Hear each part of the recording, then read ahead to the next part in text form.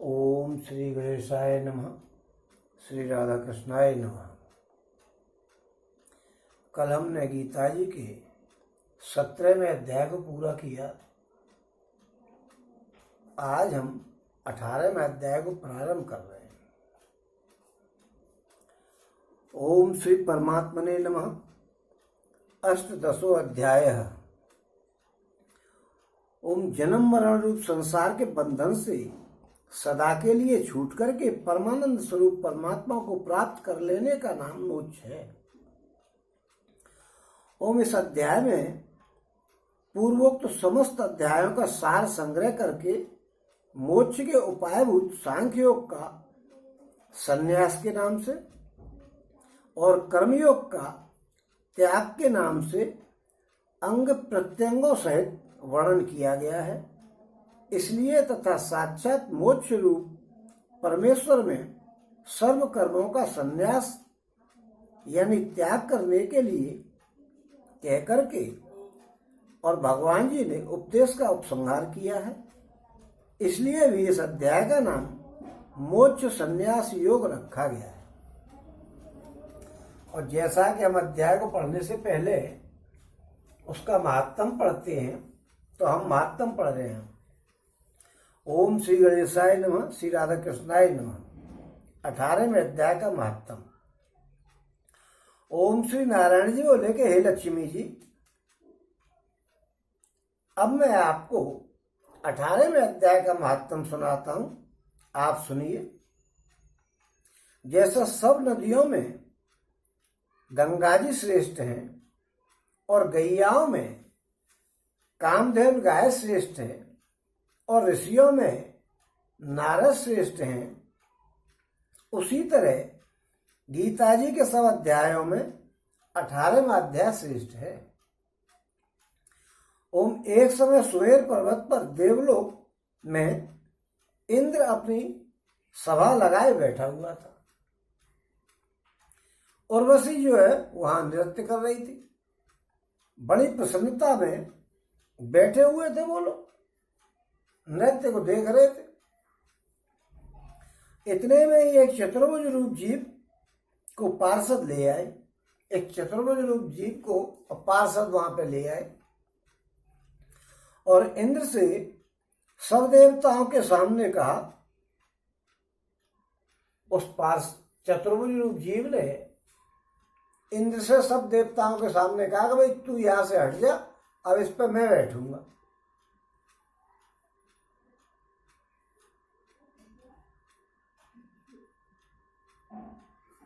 ये बात सुनकर के इंद्र की सहन शक्ति खत्म हो गई। वो सहन नहीं कर सके कि ये क्या हो रहा है कि मुझे ही आसन से हटा रहा है।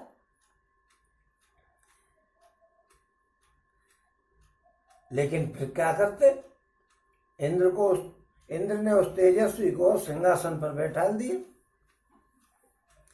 ओम इंद्र ने अपने गुरु बृहस्पति जी से पूछा कि भाई गुरु जी, आप त्रिकालदर्शी हो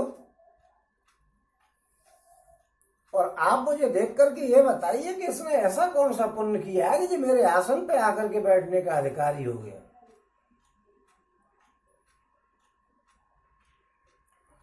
मेरे जाने तो इसने तीर्थ व्रत यज्ञ दान कोई ऐसा काम नहीं किया।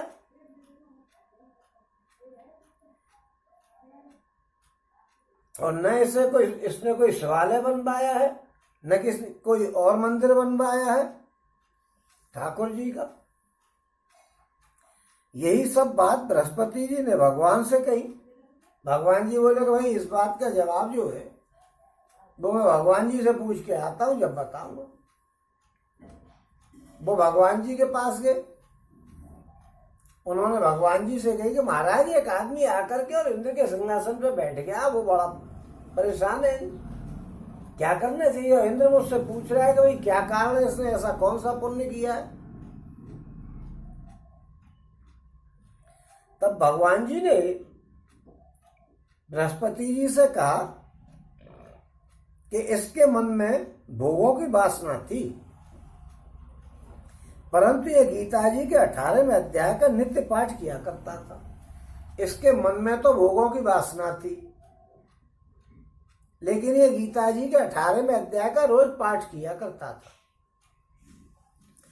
उससे जब इसने देह छोड़ी तब मैंने इसको आज्ञा दी कि तुम जाओ और स्वर्ग में सिंहासन पर बैठो, और पार्षदों से कहा कि पार्षदों, तुम इसको पहले ले जाकर के इंद्रलोक के सुखों को भोगने दो। जब मैंने, भगवान जी कह रहे कि मैंने उसको आज्ञा दी कि तुम पहले इसको इंद्रलोक के भोगों को भोगने दो, जब इसका मनोरथ पूरा हो जाए तब मेरी सायुज्य मुक्ति को इसको दिलवा देना। पहले इसको, क्योंकि इसके मन में लालसा थी। भगवान जी ये बता करके चल रहे हैं कि जिन लोगों को मन में लालसा होती है कि हमें कुछ मिले, यानी आसक्ति, कामना वगैरह समाप्त नहीं हो सकती है, वो नरक में नहीं जाते हैं। उनकी इच्छा को भगवान पूरी करते हैं और वो इंद्रलोक तक में भिजवा देते हैं। ये बात बताने के लिए यहाँ कह रहे हैं कि उसकी इच्छाएं थी कुछ, बाकी सभी लोग नहीं कर पाते हैं आसक्ति का त्याग। लेकिन भगवान के धार्मिक काम करें तो उनको अच्छे लोगों की प्राप्ति हो जाती। ये मतलब नहीं कि आप आसक्ति नहीं छोड़ पाए या ममता को नहीं छोड़ पा रहे और पूजा पाठ कर रहे हैं तो आप नरक में चले जाओ, ऐसा कुछ नहीं है।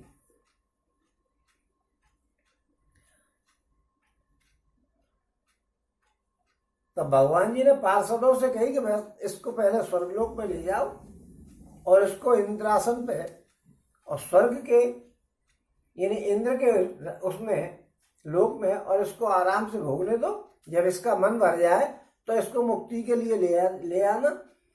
अब इसके लिए भोगों की व्यवस्था कर दो। तब इंद्र और सब देवता आए।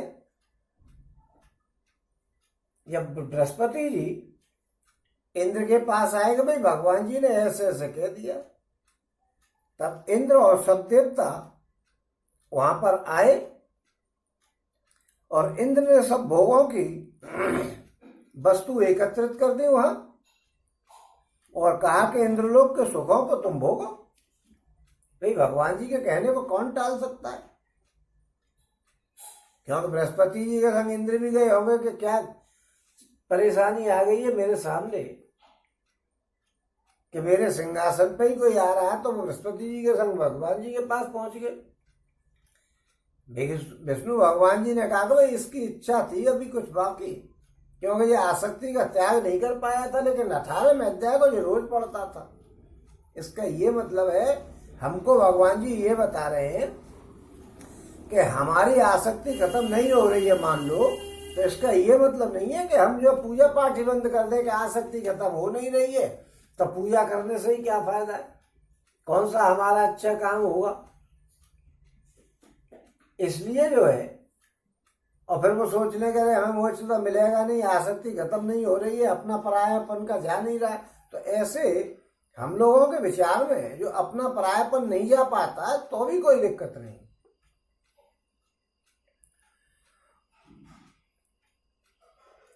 कई काल तक इंद्रपुरी के सुख हो गए, उसमें बरसों इंद्रपुरी में रहा और फिर श्री भगवान की कृपा से सायुज्य मुक्ति को प्राप्त होकर के और वैकुंठ का अधिकारी बन गया। भगवान की कृपा से और वो सायुज्य मुक्ति को प्राप्त करके वैकुंठ का अधिकारी बन गया। ओम श्री नारायण जी कहते हैं कि हे लक्ष्मी जी, ये 18वें अध्याय का महत्व है कि आदमी अपनी इच्छाओं को नहीं मार पाए या नहीं हटा पाए आसक्ति और ममता को, तो भी कोई बात नहीं। हमको भगवान के भजन पूजा वगैरह करनी चाहिए, स्वाध्याय करना चाहिए। ये बात हमको भगवान जी बता रहे हैं महात्म के द्वारा। गंगा, गीता, गायत्री कलयुग में ये तीनों मुक्ति की दाता हैं। गंगा जी, गीता जी और गायत्री जी ये कलयुग में मुक्ति की दाता हैं। इनका सेवन करने से कलयुग में भी मुक्ति मिल जाती है। और यहाँ पे आकर के 18वें अध्याय का महात्म समाप्त। बोलो श्री कृष्ण भगवान की जय, बोलो श्री कृष्ण भगवान की जय, बोलो श्री कृष्ण भगवान की जय।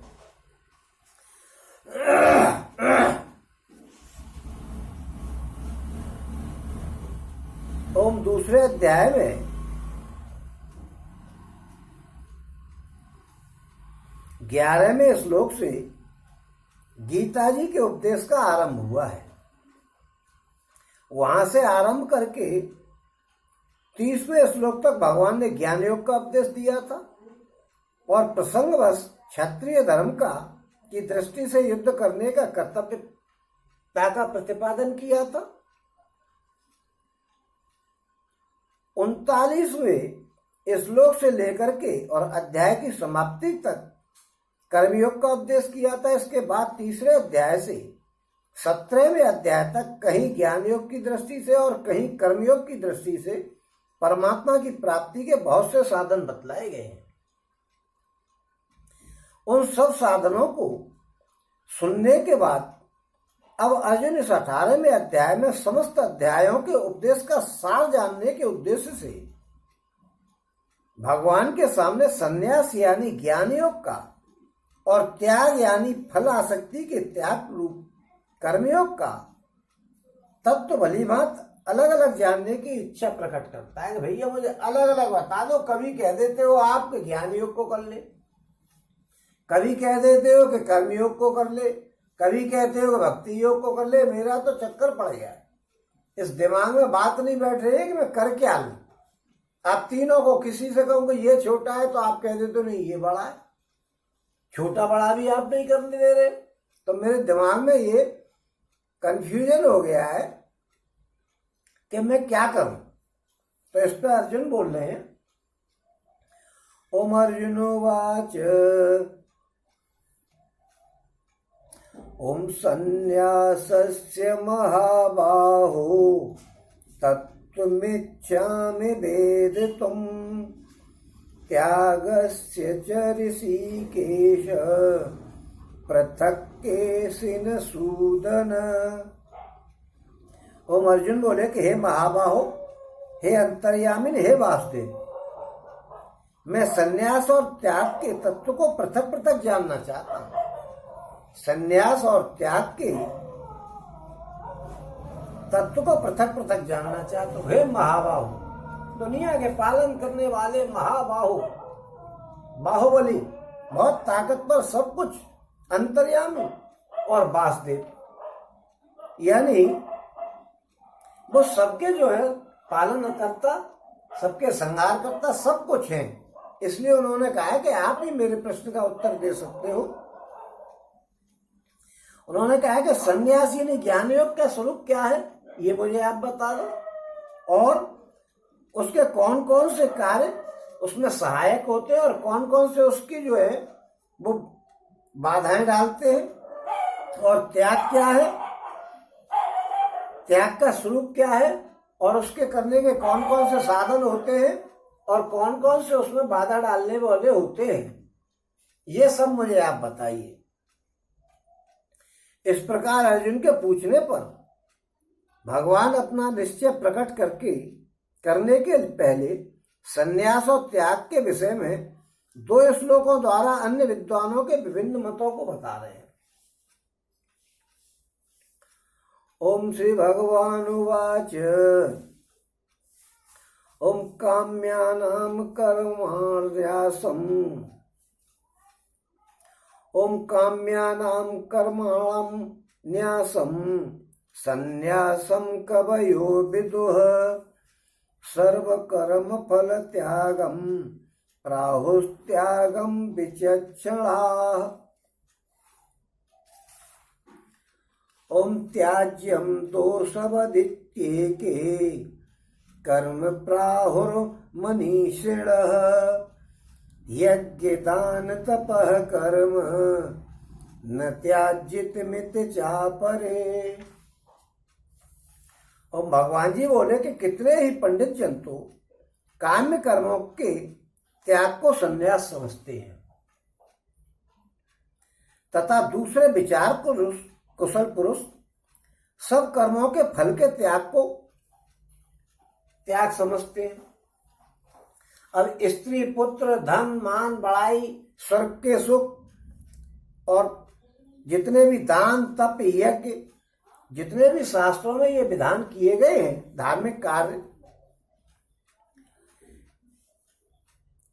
यदि अमुक फल की इच्छा हो तो मनुष्य को यह कर्म करना चाहिए। वेदों में इस प्रकार का लिखा है कि आपको अगर फल की इच्छा है तो ये काम करो, इस चीज की इच्छा है तो ये काम करो। इस तरीके से विभाग पूर्वक वेदों में बताया गया है। और अगर आपको कोई फल की इच्छा नहीं है तो इस काम को नहीं करोगे तो आपका कोई नुकसान नहीं है। इस प्रकार की बातें बताई गई हैं। तो भगवान जी ये कह रहे हैं कि कितने ही विद्वानों के मत में उपयुक्त कर्मों का स्वरूप से त्याग कर देना ही त्याग है ही नहीं, हमें तो करना ही नहीं है कुछ। क्योंकि हमको जब इच्छा नहीं है किसी काम के करने की तो हम कोई कर्म क्यों करें। और जब कर्म नहीं करना है तो फिर वो सन्यासी हो जाते हैं। क्योंकि वो क्या करते हैं कि उन्होंने सोच लिया कि सन्यासी हो जाओ, हमें कोई काम करना ही नहीं। क्योंकि वेदों में लिखा हुआ है कि इस काम को करो तो ये फल मिलता है, इस काम को करो तो ये फल मिल जाता है। और हमें कोई फल चाहिए नहीं तो वो सन्यासी होने को सोच लेते हैं कि कोई काम मत करो।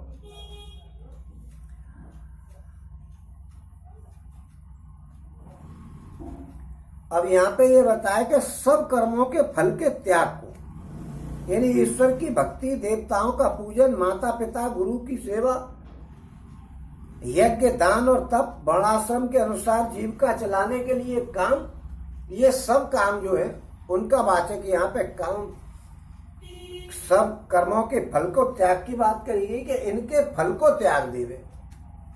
और वो त्याग नहीं हुआ था तो अभी महात्मा में बता रहे थे वो कि बगैर त्याग के आपको अगर काम नहीं करोगे तो बेकार है। काम तो करो, भले ही फल के त्याग को मत करो तो अभी आपको स्वर्ग मिलेगा, फिर आपको मोक्ष मिल जाएगा।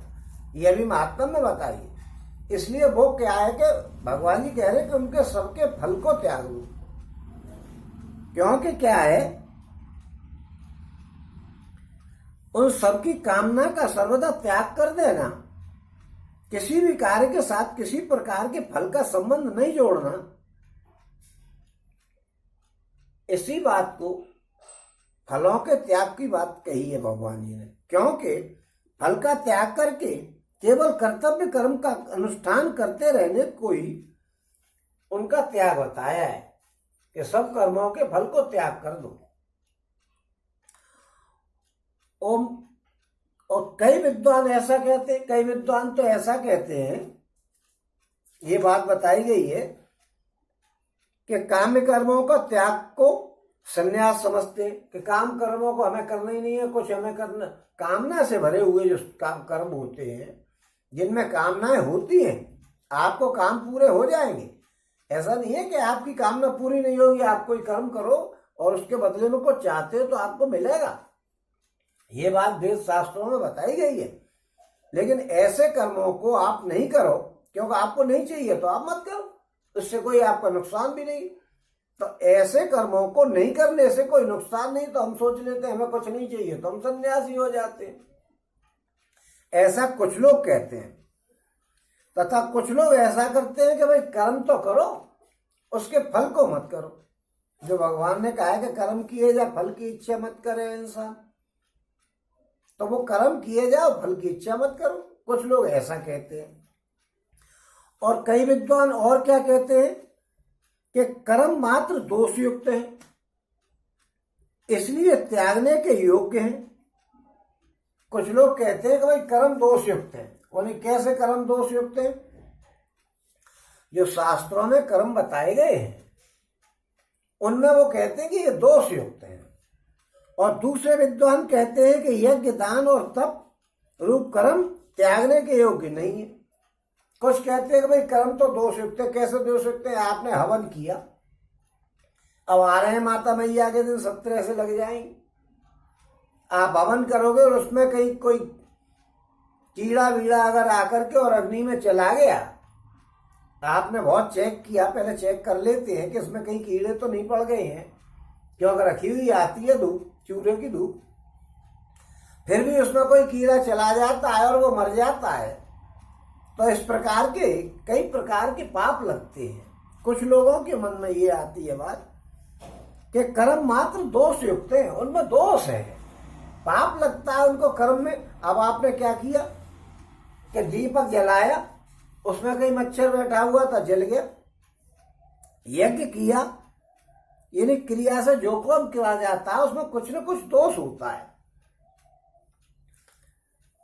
क्योंकि जो काम है उनमें कुछ न कुछ कमी आ जाती है। आप झाड़ू लगा रहे हैं भगवान जी के मंदिर में, उसमें 2-1 मच्छर मर जाएगा,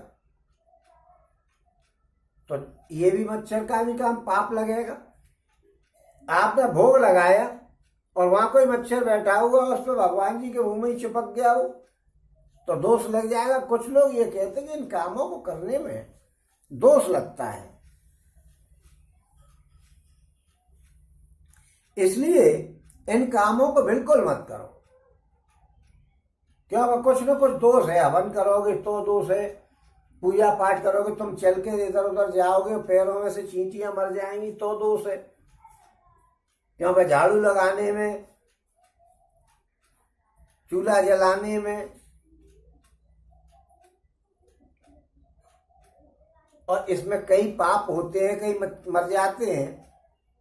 तो इस तरीके के पैदल चलने में, इनमें कई पाप हो जाते हैं। तो इन पापों की वजह से वो कहते हैं कुछ लोग कभी भी इनको तो छोड़ दो और सन्यासी हो जाओ।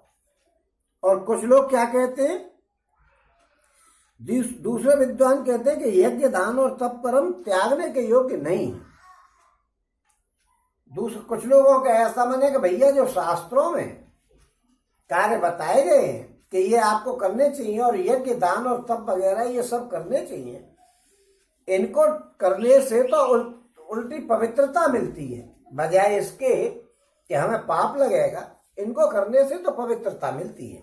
कुछ लोगों का ऐसा मानना है, क्योंकि वे मानते हैं कि उन कर्मों के निमित्त किए जाने वाले आरंभ में जिन आवश्यक भावी हिंसा आदि पापों का देखा जाता है, वो वास्तव में पाप नहीं है, बल्कि शास्त्रों के द्वारा भेद होने के कारण यज्ञ दान और तप कर्म उल्टे मनुष्य को पवित्र करने वाले। ये तो पवित्र करते हैं, कोई दिक्कत नहीं, आपसे हो गया हवन तो हो गया, जल गया मच्छर तो मरने ही के लिए। अब आगे आपने जान करके तो उस मच्छर को डाल नहीं दिया, आपने झाड़ू लगाई, एक आध मच्छर बैठा है मर गया, या चींटियां है एक आध तो वो भी मर सकती है, लेकिन इसकी वजह से आप कर्म ही नहीं करो, तो ये गलत है। कुछ लोग ऐसा कहते हैं, कुछ लोग ऐसा कहते हैं। ये अभी तक भगवान जी ने और लोगों के मत बताए हैं, अभी अपने मत नहीं बताए। और मैं संन्यास और त्याग के विषय में विद्वानों के भिन्न भिन्न मत बतला करके अब भगवान त्याग के विषय में अपना निश्चय बतलाना आरंभ कर रहे हैं। अब भगवान जी जो कह रहे हैं, कोई ये तो कुछ लोगों का विचार है। कुछ कहते हैं कि सन्यासी हो जाओ, कोई काम मत करो,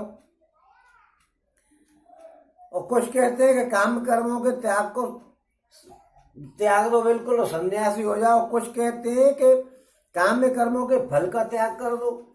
कुछ कहते हैं कि कर्म मात्र दोष युक्त है, इसलिए कर्मों को मत करो। और कुछ कहते हैं कि उनमें कोई दोष नहीं है, शास्त्रों ने बताया कि इन कर्मों को करो तो हमें करने चाहिए। ये अन्य आदमियों के, अन्य मुनिजनों के, ज्ञानियों के, पंडितों के उनके वचन बताए हैं कि उनके विचार ऐसे हैं। अब भगवान जी अर्जुन को अपने विचार बता रहे हैं कि भाई मैं क्या चाहता हूं। ओम निश्चयं शृणु मे तत्र त्यागे भरत सत्तम त्यागो हि पुरुष व्याघ्र त्रिविधः संप्रकीर्तितः। हे पुरुषश्रेष्ठ अर्जुन, संन्यास और त्याग इन दोनों में से पहले मैं तेरे लिए त्याग के विषय में अपना निश्चय बताता हूं कि भाई त्याग करना चाहिए या नहीं करना चाहिए, इसके विषय में मैं तुझे अपना निर्णय बता रहा हूं। क्योंकि त्याग जो है वो सात्विक, राजस और तामस 3 प्रकार का होता है। तुमने जिन 2 बातों को पूछा है उनमें से मैं पहले एक एक करके बताऊंगा, ये बता रहे हैं। क्योंकि अभी तक तो हमने तुम्हें दूसरों का मत बताया, अब हम अपना मत बता रहे हैं। क्योंकि शास्त्रों में प्रत्येक चीज के 3 भेद बताए, सात्विक, राजस और तामस। अब 2 श्लोकों में शास्त्र में शुभ कर्मों को करने के विषय में अपना निश्चय बतला रहे भगवान जी। तो कह रहे हैं, ओम यज्ञ दान तपः कर्म न त्याज्यम कार्यमेव तत् यज्ञो दानम तपश्चैव पावनानि मनीषिणाम्।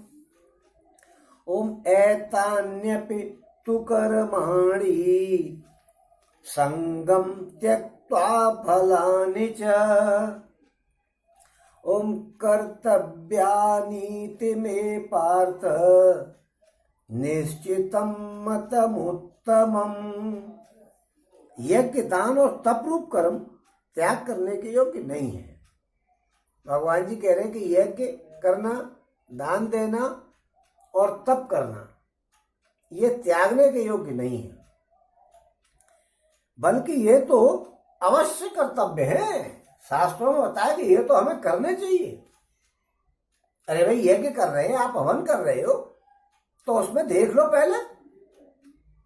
अब धुआं ऊपर गया, ऊपर मच्छर बैठा है, मर गया, तो इसमें आपकी क्या जिम्मेदारी? इसकी वजह से आप करोगे नहीं कि मच्छर मर रहा है सब। ये तो अवश्य कर्तव्य है। आप इसको भी नहीं करोगे तो क्या करो, सब सन्यासी हो जाएंगे, तो फिर वहां पे सन्यासियों की रोटी खिलाने की व्यवस्था कौन करेगा? कुछ को तो गृहस्थ बन के रहना पड़ेगा, क्यों? गृहस्थ धर्म में सारे कर्म करने का अधिकार है और सभी लोगों को संतुष्ट करने का एक मौका मिलता है। वहां आप श्राद्ध कर सकते हैं, तो पितरों को तर्पण कर सकते हैं, आप देवताओं का पूजन कर सकते हैं, आप तीर्थ स्थानों की शोभा बढ़ा सकते हैं। वहां जाकर के सभी काम ऐसे हैं जिनमें आप कर सकते हैं। देवता, ऋषि, पितर, मनुष्य और प्राणी, इन सबके कर्जे हैं तो इनको करने का गृहस्थाश्रम में मौका मिलता। इसलिए भगवान जी कह रहे हैं कि यज्ञ दान और तप कर्म त्याग करने के योग्य नहीं है, बल्कि ये तो अवश्य कर्तव्य है। क्योंकि यज्ञ, दान और तप ये तीनों ही कर्म बुद्धिमान पुरुषों को पवित्र करने वाले हैं।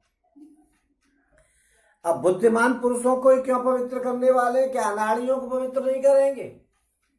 बुद्धिमान पुरुषों का मतलब ये है कि जो जानकार हैं और इनके कर्म का फल नहीं लेते हैं, वो इस बात को समझते हैं कि इनका फल नाशवान है, इसलिए हमें नहीं लेना है, इसलिए उनको बुद्धिमान कहा है। क्योंकि शास्त्रों की अवहेलना नहीं करनी चाहिए। शास्त्रों में जिस काम के लिए करने को कहा है उसको आंख बीच के करो, यस-मैन हो जाओ। कि शास्त्रों में ऐसा कहा है कि यस सर आपको ये करना है, कि यस सर आपको कुतर्क तो करना ही नहीं है, न उसमें तर्क करना है, और ये भी नहीं सोचना है कि ये काम कर ले या नहीं कर ले। जो शास्त्रों में लिखा है बिल्कुल ठीक है। कभी कभी ऐसा भी हो जाता है कि आपने किसी से सुना हो, सुनाने वाले ने कुछ गलत कह दिया, तो आप उसी पे भरोसा कर लें। तो पहले ये देख लें कि सुनने के लिए हम जा रहे हैं तो वो आदमी कुछ सुनाने योग्य है या वो ढोंगी है। ढोंगियों की बात तो बिल्कुल गलत होती है, इसलिए उनकी बात पे ध्यान नहीं देना चाहिए।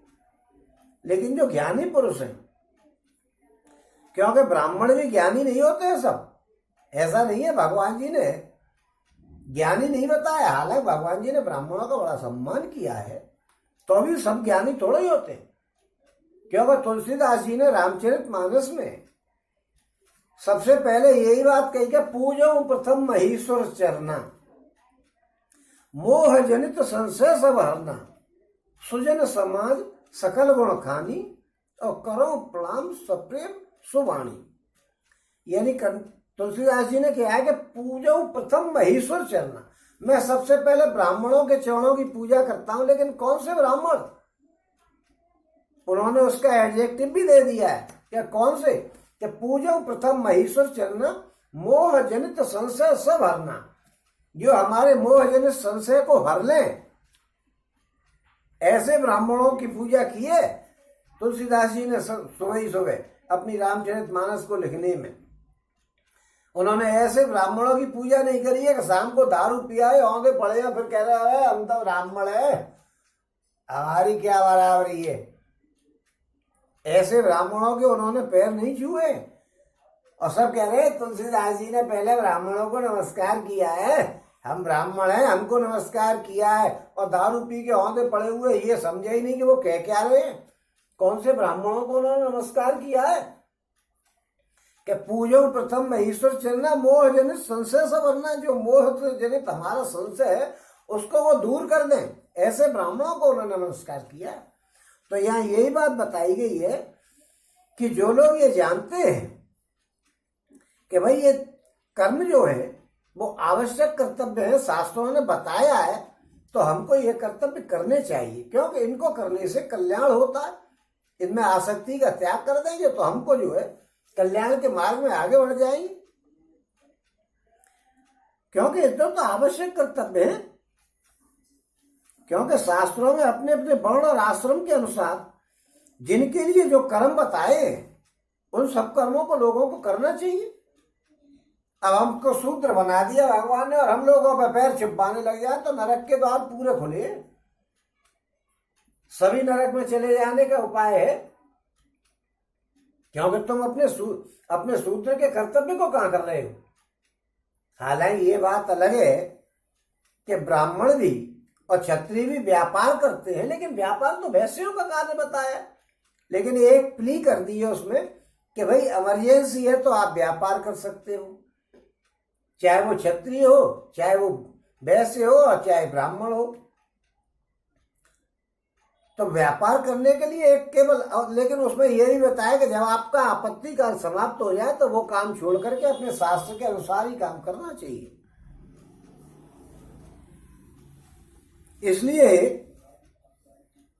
जिनको यज्ञ दान तप वगैरह करने के लिए जो शास्त्रों में विधान किया है वो तो करना चाहिए, क्योंकि शास्त्रों की अवहेलना कभी नहीं करनी चाहिए। मनुष्य को निष्काम भाव से यज्ञ दान और तप कर्मों का अनुष्ठान अवश्य करना चाहिए, और निष्काम भाव से करेगा इसीलिए उसको बुद्धिमान कहा है कि बुद्धिमान पुरुषों को पवित्र करेगा, क्योंकि बुद्धिमान पुरुष ये चाहेगा कि निष्काम भाव से करे, और जो बुद्धिमान नहीं है वो तो ये चाहेगा कि इसके बदले मुझे ये मिल जाए और मैं आराम का जीवन काटूं। उसके लिए यही आराम है। कहा नहीं लक्ष्मण जी ने कि मोह निशा सब शोभन हारा, वो निशा में जो सो रहे हैं वो सो रहे हैं, अज्ञानी सो रहे हैं, लेकिन बुद्धिमान पुरुष क्या सोचता है कि भैया अच्छे कर्म करो और इनके फल को भगवान को ही दे दो कि आप ही संभालो साहब, क्योंकि आपको जब कोई फल नहीं मिलेगा तो आपको कोई परेशानी नहीं होगी, फल भोगने आओगे ही नहीं। फल भोगने नहीं आओगे तो दुनिया में आपका क्या काम, भगवान में जाकर के चिपक जाएगी। और इसलिए ये बात यज्ञ दान और तप रूप कर्मों को तथा और भी संपूर्ण कर्तव्य कर्मों को, यज्ञ दान तप कर्म, ये जरूरी नहीं कि बस ये तीन ही होते हैं कि यज्ञ करी, दान किया और तप किया, और भी जो कर्म होते हैं उन सबको आसक्ति और फल का त्याग करके अवश्य करना चाहिए, ये मेरा निश्चित मत है।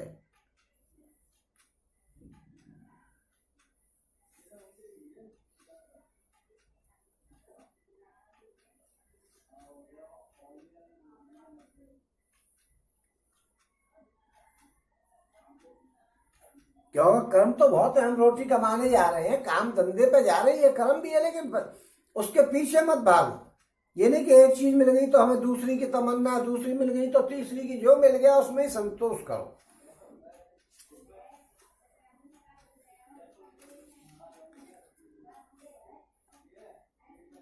यह मेरा निश्चय किया हुआ उत्तम मत है। ये मैंने निश्चित किया है कि आपको शास्त्रों के अनुसार ही कर्म करने चाहिए, उन कर्मों की अवहेलना नहीं करनी चाहिए।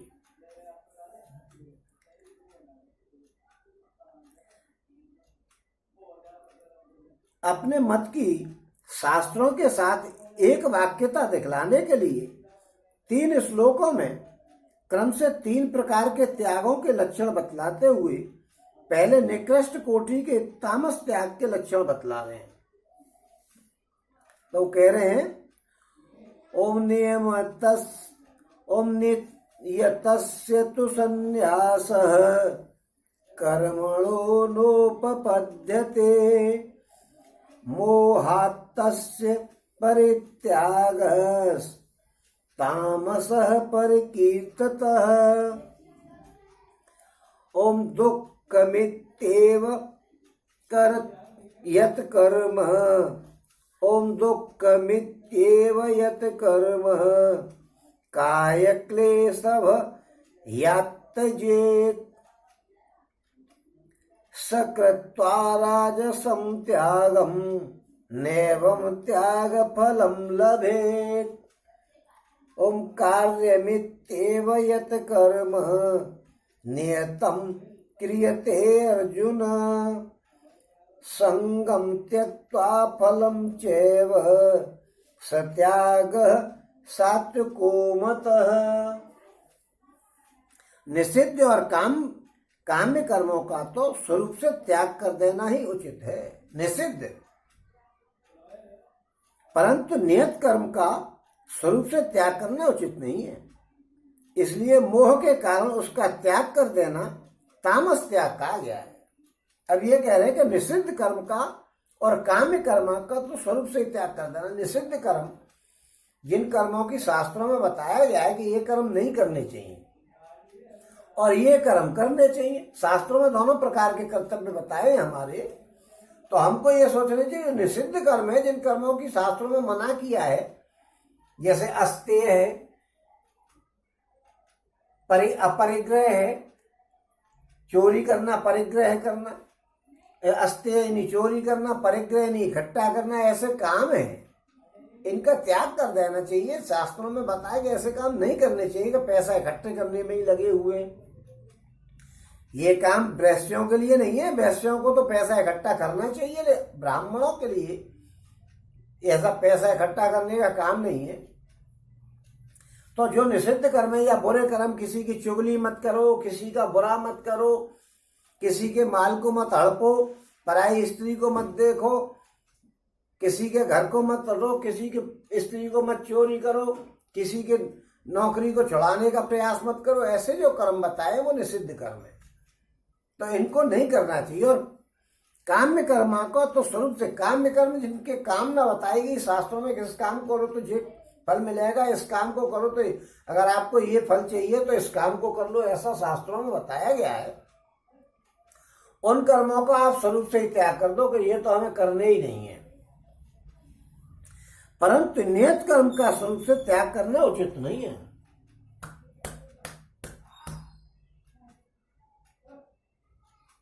नियत कर्म का त्याग स्वरूप से करना उचित नहीं है।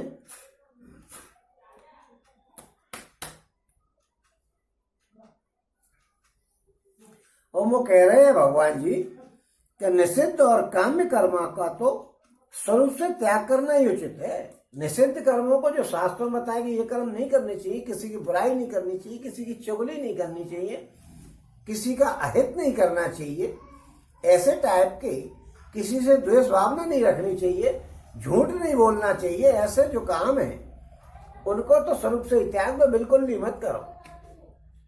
और जो कामना की वजह से कर्म है कि ये चीज चाहिए तो ये फल मिलेगा, उसको बिल्कुल मत करो। लेकिन नियत कर्म स्वरूप से त्याग करने के लिए उचित नहीं। नियत कर्म जो शास्त्रों में बताए कि ये काम हमको करने चाहिए, उनको नियत कर्म कहते हैं। उनका स्वरूप से त्याग अब आपको बताया कि आप जो है 4 आश्रम बताए, ब्रह्मचर्य आश्रम, गृहस्थ आश्रम, वानप्रस्थ आश्रम और संन्यास आश्रम। अब आपने सोची था हम तो सन्यासी हो जाए, जवानी में सन्यासी हो गए, तो गृहस्थ आश्रम का जो हमारे ऊपर कर्ज है उसको कौन चुकाएगा? ये जब गृहस्थाश्रम के सारे कर्जे चुक जाए तो वानप्रस्थी हो जाए ना, और वानप्रस्थी हो जाए उसके बाद सन्यासी हो जाए ना। लेकिन पहले गृहस्थाश्रम में, क्योंकि पंच महाभूतों का हम पे एहसान है, देवता ऋषि पितर मनुष्य और प्राणियों का हम पे एहसान है, उसको कब चुकाएंगे? क्योंकि आपको चुकाओगे नहीं कर्जे को तो भाई कर्जा लेके जाओगे, कर्ज तो चुकाना पड़ेगा। और आप कह रहे नहीं हम तो सन्यासी हो रहे हैं, सन्यासी हो जाओगे तो आपको रोटी कौन खिलाएगा? इसलिए मोह के कारण उनका त्याग कर देना तामस त्याग कहा गया। मोह के कारण कौन करे यार, ब्राह्मणों का काम बताया सुबह ही स्नान करने का। अब सुबह जो है स्नान करो तो सर्दी में कौन जगे जल्दी, और ठंडे पानी से कौन नहाए। गर्म पानी से नहाने की मना करते हैं शास्त्र कि गर्म पानी से नहीं नहाना चाहिए, ताजी पानी से नहाना चाहिए, या नदी में स्नान करना चाहिए, या तालाब में स्नान करना चाहिए। और लोग नहाते हैं सवेरे गर्म पानी लगा दिया, गीजर फिट करा लिया और पानी गर्म आ गया और ठंडा आ गया, मिला करके आराम से नहा रहे हैं, लेकिन उस पानी की तो मना करते। तो अब आलस से आ जाए मन में कि यार क्या करें, क्योंकि मोह के कारण उसका त्याग कर देना तामस त्याग है। हमें बताया नहाना और हमने कि यार सर्दी लगे छोड़ो, उसमें मोह आ गया, शरीर का मोह। हमारे दिमाग में क्या है कि एकदम शरीर से मोह हो गया कि यार शरीर को कष्ट होगा, इसलिए इस काम को मत करो। भगवान जी वही कह रहे हैं कि इसलिए मोह के कारण उनका त्याग कर देना तामस त्याग है। ये सबसे खराब बात है। आपने सोचा होने कि यार सुबह 4 बजे जगना, अब यार 4 बजे कौन जगे, इतनी बढ़िया नींद आ रही है, रजाई को और खींच लो और मुंह ढक के सो जाओ। तो फिर आपको ये मोह हो रहा है शरीर से ही लगाव, क्योंकि शरीर को आप कष्ट देना नहीं चाहते, इसलिए आपको ये परेशानी हो रही है कि दिमाग में आज तो आप उस काम को नहीं कर रहे। उसी को भगवान कह रहे हैं कि ये मोह के कारण कर रहे हो, आपको शरीर से मोह है कि हमारे शरीर को परेशानी होगी। या शास्त्रों को पढ़ो, सवेरे ही बैठ जाओ पूजा पाठ करने के लिए। अब कांप रहे हैं जाड़े के मारे, 50 कपड़े पहले, अब तुमने ज्यादा कपड़े पहन लिए तो आपको सर्दियों में भी जो आलस से आ जाएगा और आपको नींद आने लग जाएगी, तो आप करोगे कहां से पूजा। इसलिए भगवान जी ने ये बताया कि 2 वस्त्रों में ही पूजा होनी चाहिए, तीसरा वस्त्र धारण ही मत करो। पूजा का विधान शास्त्रों में बताया है कि 2 वस्त्र होने चाहिए शरीर पे। अब आप अंडरवियर पहन लो या एक कमीज पहन लो, या आप अंडरवियर पहन लो तो उसके ऊपर एक लंगोटी अंदर, उसके ऊपर एक धोती पहन लो या एक दुपट्टा डाल लो, कुछ भी कर लो, लेकिन 2 कपड़े, क्योंकि आपने ज्यादा कपड़े पहने तो आप धौ करके सोने लग जाएंगे, पूजा क्या करोगे बैठ गए तो। इसलिए जो है आप शरीर को कष्ट देने की सोचो, तब करने का मतलब है हम अपने शरीर को कष्ट दे रहे हैं, कष्ट सहन कर रहे हैं, व्रत कर रहे हैं। यार हमको भूख लगेगी, बेकार भूखा रहना पड़ेगा, इस व्रत को हम नहीं कर रहे हैं। अब भाई आपको शरीर से मोह हो रहा है इसीलिए तो व्रत नहीं कर रहे। व्रत आपको बताया कि एकादशी जी का व्रत करना चाहिए, अब एकादशी जी का आप व्रत नहीं कर रहे हो क्योंकि यार भूख लगेगी, दिन भर भूखे रहना पड़ेगा, हम नहीं कर रहे, तो इसलिए आप मोह के कारण कर रहे हो। और ऐसा काम इसलिए उस व्रत को नहीं कर रहे हो, और व्रत को नहीं कर रहे हो तो इसका मतलब यह है कि आप जो है मोह के कारण उस काम को छोड़ रहे हैं। ऐसे इस काम की वजह से, मोह के कारण किसी काम को छोड़ना जो शास्त्रों में हमारे लिए बताया है, उस काम को जो है तामसी त्याग कहते हैं कि यह सबसे बुरा त्याग है। अपने किसी काम को त्यागा तो इसकी वजह से त्यागा मोह के कारण, और मोह जो है वो तामसी गुण का वो है एक लक्षण है तमोगुण का। तो तमोगुण की वजह से आप छोड़ रहे हो, इसका मतलब आप सबसे बुरा काम कर रहे हो। और जो कुछ कर्म है वो सब दुखरूपी है, ऐसा समझ करके यदि कोई शारीरिक कलेश के भय से कर्तव्य कर्मों का त्याग कर दे तो वो ऐसा राजस त्याग करके त्याग के फल को किसी प्रकार भी प्राप्त नहीं कर पाता।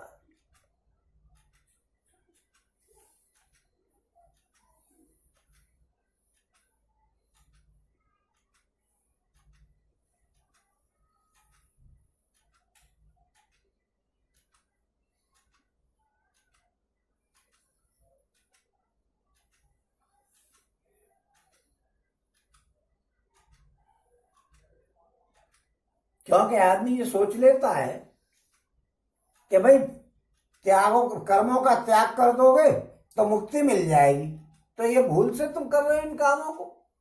ऐसा त्याग जो है वो खराब है। अब वो कह रहे हैं कि जो कुछ कर्म है वो सब दुख रूप है, ऐसा समझ करके यदि कोई शारीरिक कलेश के भय से, आपको शारीरिक कलेश होता है, अभी बता ही रहा था मैं जो कर्तव्य कर्मों का त्याग कर देते हैं कि सुबह ही बैठ के कौन किताब पढ़े, स्वाध्याय की कहिए, या कौन पूजा करे, जाड़े के मारे दम निकली जा रही है और फिर तो गर्मी पड़ रही है, पसीना आ रहा है, तब एसी लगा करके पूजा कर रहे हैं, आपको आलस से आ जाएगा। और सर्दियों में आप कहां रहे हो, तो रजाइयां ओढ़ ली आपने, तब पूजा कर रहे हो, तो भी आपको आलस से आ जाएगा। इन कर्मों का शारीरिक कलेश के भय से आप त्याग करते हैं, तो ऐसा त्याग जो है वो आदमी त्याग करके फल को नहीं प्राप्त कर सकता है, क्योंकि आप त्याग कर दोगे तो फल कर्म करोगे ही नहीं। इसलिए आपको त्याग नहीं करना चाहिए, क्योंकि जो कुछ कर्म में दुख रूप है, ऐसा समझ करके यदि कोई शारीरिक कलेश के वैसे कर्तव्य कर्मों का त्याग कर देता है,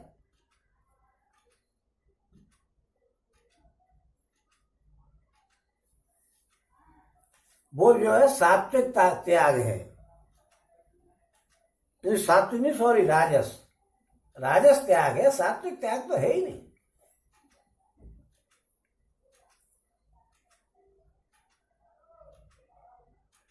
क्योंकि किसी भी कार्य को राजस त्याग क्यों कहा गया है इसको, क्योंकि मन, इंद्रिय और शरीर के आराम में आसक्ति का होना रजोगुण का कार्य है, इसलिए वो जो है राजस कार्य बताया है। और इसमें आपने ये समझा कि निषिद्ध काम कर्मों को तो स्वरूप से ही त्याग कर देना चाहिए, परंतु नियत कर्म का स्वरूप से त्याग नहीं करना चाहिए। इसलिए मोह के कारण उसका त्याग कर देना ठीक नहीं है, क्योंकि मोह ये होता है कि भैया त्याग करने से, और फल की बात तो उनके दिमाग में आती नहीं है, वो तो ये सोचते हैं कर्मों का त्याग कर दो तो हमें मुक्ति मिल जाएगी। जो मोह में, अज्ञान में ये सोच लेते हैं, ऐसे लोगों का त्याग जो है वो तामस त्याग है। और जो शरीर को कष्ट देने की वजह से काम नहीं करते हैं, वो राजस त्याग है।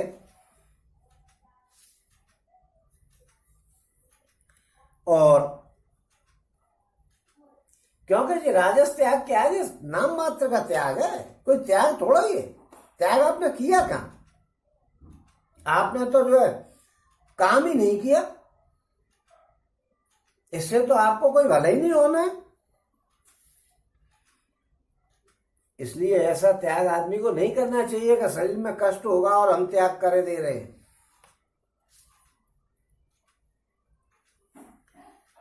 अब उत्तम श्रेणी के सात्विक त्याग के लक्षण बतला रहे हैं। वो कह रहे हैं कि हे अर्जुन, जो शास्त्रविहित कर्म करना कर्तव्य है, इसी बात से आसक्ति और फल का त्याग करके किया जाता है, वो सात्विक त्याग माना गया। आप कर्म करें, हमें पता है कि शास्त्रों में हमारे लिए ये काम बताए गए हैं, उनको हमें करना चाहिए, लेकिन उनके फल की इच्छा नहीं करनी चाहिए। अगर फल और आसक्ति उसमें नहीं लगाएंगे कि हमको स्वर्ग में ये मिल जाएगा राज्य, स्वर्ग में आराम करेंगे, या हमको ये चीज मिल जाएगी, या हम ये करेंगे, ऐसे कामों की इच्छा करके काम नहीं करने चाहिए। और जो ऐसे कामों को करके भावना रख करके काम नहीं करता,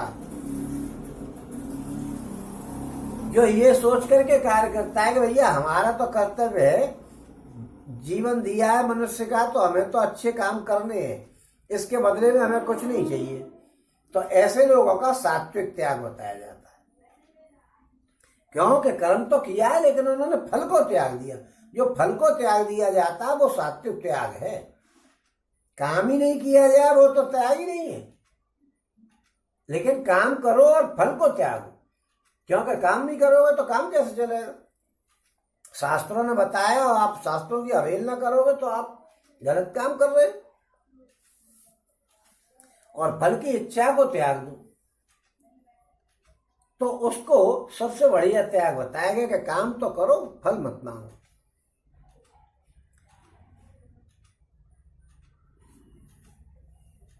अब वो सात्विक त्यागी पुरुष की अंतिम स्थिति के लक्षण बतला रहे हैं भगवान जी, तो उसकी स्थिति क्या होती है।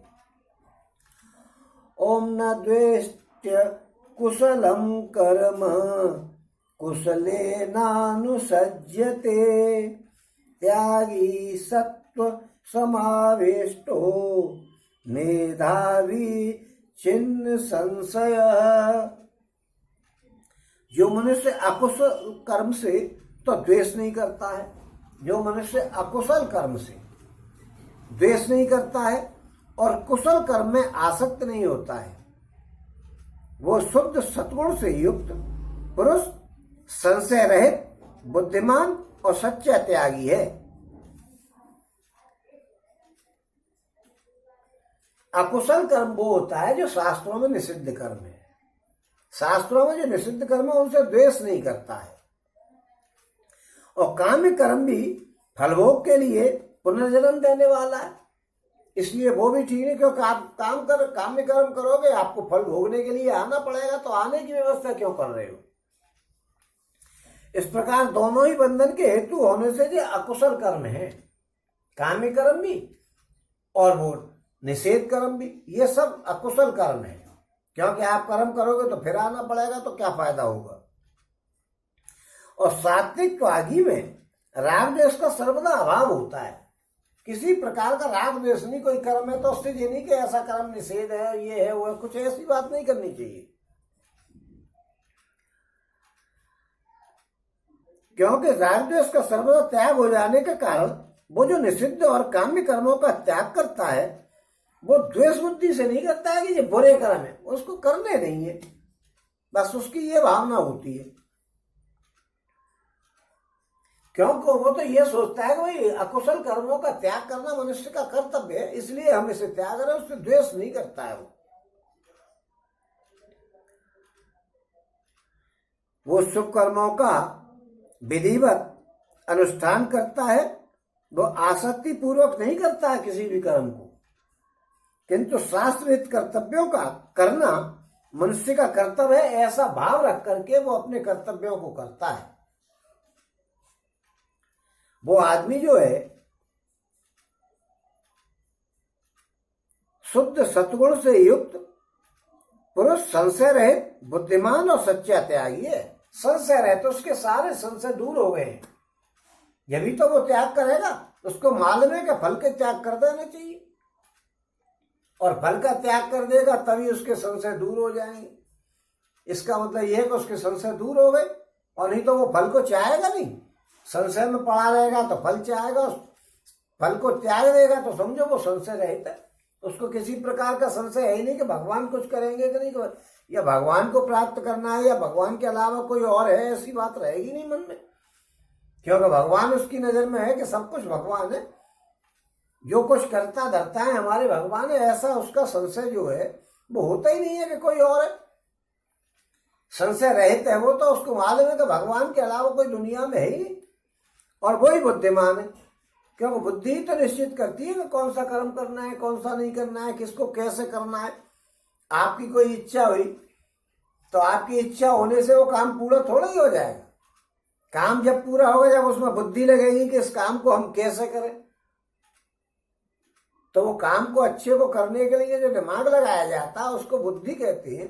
वो बुद्धि ही तो बुद्धिमान आदमी माना जाएगा कि इसमें बुद्धि है, जब ही तो उसने विश्वास किया कि भगवान जी है दुनिया में, और कुछ है ही नहीं। और सच्चा त्यागी है, वो सच्चा त्यागी इसलिए है कि वो पुरुष संशय रहित है, और सच्चा त्यागी इसलिए कि उसको मालूम है कि ये काम करने ही नहीं चाहिए, हमको इसका फल चाहिए ही नहीं।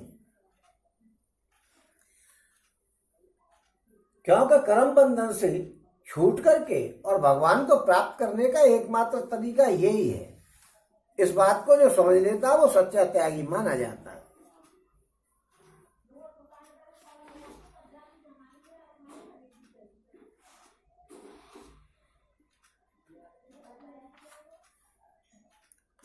अब वो कह रहे हैं कि निष्काम कर्म करने वाले को ही सच्चा त्यागी क्यों माना जा रहा है, तो इसको कह रहे हैं ओम नहि देह व्रता सत्यम त्यक्तुम कर्माण्य शेषतः यस्तु कर्म फल त्यागी सत्यागीत्यभिधीयते। क्योंकि शरीरधारी किसी भी मनुष्य के द्वारा संपूर्णता से सब कर्मों का त्याग किया जाना शक्य नहीं है। यानी आवश्यक सभी कामों को आदमी त्याग नहीं सकता है। इसलिए जो कर्मफल का त्यागी है वो त्यागी है, इसलिए उसको त्यागी को बढ़िया बताया। जो सब कामों को कैसे त्याग दोगे? आपको खाना खाना है, पानी पीना है, नौकरी पे जाना है, इन कामों को कैसे त्याग दोगे? नहीं तो फिर आपकी दिनचर्या कैसे चलेगी? तो सभी आदमी ऐसा नहीं कि सब कर्मों को त्याग दे और बैठे हुए हम तो कर्म त्याग दिए 2 मिनट में दम निकल जाएगी। क्यों? जब भूख लगेगी तो पेट में कुलल कुलल होगी, और प्यास लगेगी तो मुंह सूख जाएगा। कितनी देर तक प्यासा रहेगा आदमी? और जब कुछ भी साधन खाने पीने का करोगे तो काम पे जाना पड़ेगा, काम पे जाओगे नहीं तो रोटी कहां से आएगी? लिहाजा कुछ न कुछ काम आदमी को करने पड़ते हैं, और जब काम करने पड़ते हैं तो उन कामों को करना ही पड़ेगा। लेकिन उसका क्या है कि काम तो सब करो, नहीं जाओगे नौकरी पे तो रोटी कहां से आएगी? परिवार वाली पत्नी मार मार के लट्ठों से दरवाजे पर डाल देगी कि पैसा कहां से आएगा, बच्चों को कहां से खिलाऊं, मैं कहां से खाऊं? तो आपको काम करना पड़ेगा, लेकिन किसी के फल की इच्छा मत करो। इसलिए वो त्यागी बढ़िया। क्योंकि जैसे सुदामा जी की धर्मपत्नी ने कही कि कन्हैया जी के पास चले जाओ। अब कन्हैया जी नहीं जाते तो फजीता पड़ जाता, घर में परेशानी में फंस जाते। वो सुदामा जी नहीं जाते तो कन्हैया जी के पास, क्योंकि पत्नी घर में कलेश करती। घर में कलेश कराना है आपको तो अपनी मर्जी का काम करो, नहीं पत्नी के अनुसार चलते रहो। लेकिन आप गए और वहां जाकर के पैसे नहीं मांगे, ये आपका त्याग है। क्योंकि हमने वहां पैसे थोड़े ही मांगे, पत्नी ने कही थी चले जाओ, चले आए। भगवान के हमने दर्शन किए, क्योंकि हमारे भगवान मित्र हैं। और मित्र नहीं हो तो अभी हमको मनुष्य का जीवन मिला है तो हमें भगवान के दर्शन करने चाहिए, लेकिन उनसे कुछ मांगना नहीं चाहिए। बिहारी जी पे गए और दर्शन किए और आराम से उनसे मांग रहे कि भगवान जी मेरी ये इच्छा पूरी कर दो, तो तुम भिखारी हो। आप फिर दर्शन करने क्या आए हो? मांगने आए हो। और आप भगवान जी से कह रहे हो कि भगवान जी एक दीपक और भोग तो मैं आपका लगा ही दूं, क्योंकि आपने मुझे इस प्रकार संपन्नता दी है, इसका कुछ तो प्रयोग होना चाहिए आपके लिए। मैं ही में लाभ उठाता रहूं तो कैसे काम चलेगा? और आप एक दीपक जलाएं और भोग लगाएं और चले आए बगैर कुछ मांगे। क्योंकि भगवान तो अंतर्यामी है, वो तो हमको बगैर मांगे सब कुछ देंगे। उनको तो मालूम है कि इसको किस चीज की आवश्यकता है, इसलिए हमको मांगने की क्या जरूरत है? क्योंकि रात के बाद दिन और दिन के बाद रात आती है, ऐसे ही हमारे पास सुख के बाद दुख और दुख के बाद सुख आएगा ही। तो फिर हमें मांगने की जरूरत क्या है? जनरली लोग क्या करते हैं कि दुख से निवृत्ति होने के लिए प्रयास करते हैं कि हमको दुख नहीं मिले, सुख प्राप्त करने का प्रयास करते हैं कि हमको सुख मिल जाए, लेकिन दुख फिर भी मिल जाता है। क्यों मिल जाता है और सुख नहीं मिलता? क्योंकि जो मिलना है आपको वो तो मिल के ही रहेगा। फिर आप मांग करके अपने स्तर को क्यों घटा रहे हो? आप मांग रहे हो, इसका मतलब हमारा स्तर घट रहा है। वो देखा नहीं था वो विश्वामित्र जी का, तो जब प्रकरण विश्वामित्र जी का रामचरितमानस में चालू हुआ है तो वहां बताया है, जब विश्वामित्र जी का इंट्रोडक्शन कराया कि विश्वामित्र महामुनि ज्ञानी। सुन तो वो है कि यह सब कथा कहा में गाई, आगे कथा सुनो मन लाई। और विश्वामित्र महामुनि ज्ञानी और बसे विपिन शुभाश्रम ज्ञानी। अब देखिए विश्वामित्र जी को वहां महामुनि ज्ञानी बताया, और जब वो भगवान जी राम जी और लक्ष्मण जी को मांगने आए, उनके मन में मांगने का विचार आया और मांगने की वजह से वो द्वार पे आए, तो फिर उनका क्या हो गया कि मुनि आगमन सुना जब राजा, मिलन गए ले विप्र समाजा। सम्मान में कोई कमी नहीं है, लेकिन मुनि आगमन सुना जब राजा, मुनि रह गए। और जब उन्होंने कही साहब कैसे आना हुआ, क्या हुआ और बताइए क्या करूं, तो उन्होंने फिर जैसे ही मांगा कि मुझे राम और लक्ष्मण को दे दो, तो फिर उन्होंने क्या कहा दशरथ जी ने कि चौथे पन पाये सुतचारी और विप्र वचन नहीं कहे विचारी। वो फिर विप्री रह गई, मांगने से वो क्या रह गए कि विप्री रह गए। कहा महामुनि ज्ञानी, और मांगने की सोची तो कहां रह गए, कहा मुनि रह गए। और जब मांग ही लिया तो फिर वो कौन रह गए कि विप्र वचन नहीं कहे विचारी। विप्र ने वचन विचार करके नहीं कहे। अब आपकी कैसी बेइज्जती हो रही है कि आपको विचार करने की शक्ति नहीं है।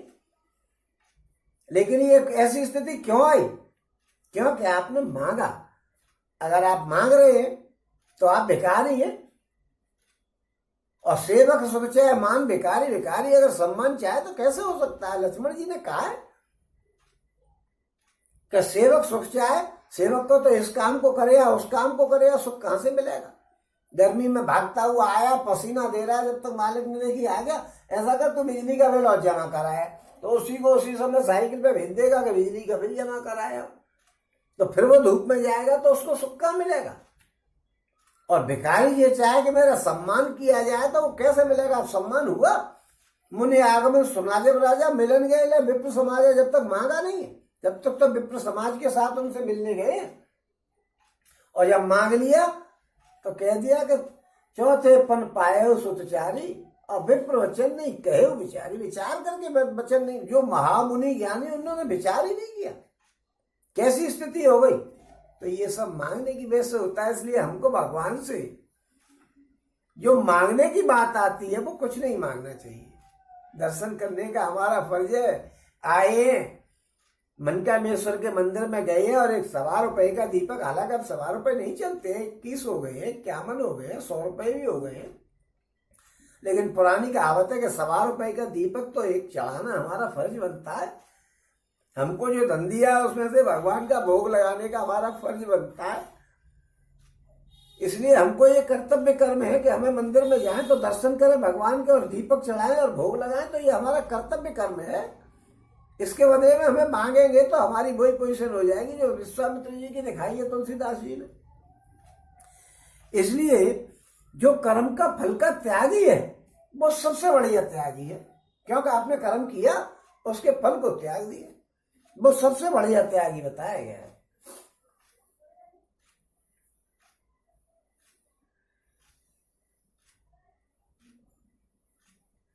अब ये बात दिमाग में आती है साहब, केवल कर्म फल के त्याग से मनुष्य त्यागी यानी कर्म बंधन से रहित कैसे हो सकता है?